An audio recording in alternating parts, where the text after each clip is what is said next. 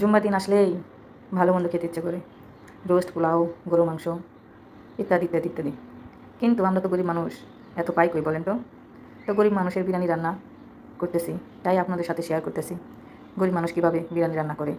যেমন আমি একটা বড় গরিব মানুষ, ছেলেদের ইচ্ছা বিরিয়ানি খাবে, বললাম আজকে না করি অন্য একদিন করে দেব।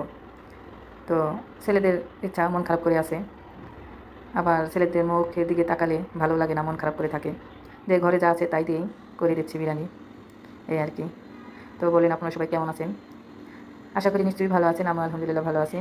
পেঁয়াজ মরিচ দিয়ে আর বিরিয়ানি মশলা দিয়ে ভালো করে কষিয়ে নিয়ে এখন মাংস দিয়ে দিলাম। মাংসটা ভালো করে কষাবো, যে কোনো জিনিসই ভালো করে কষাইতে হবে। কষানোটা যদি ভালো হয়, রান্নাটাও ভালো হবে।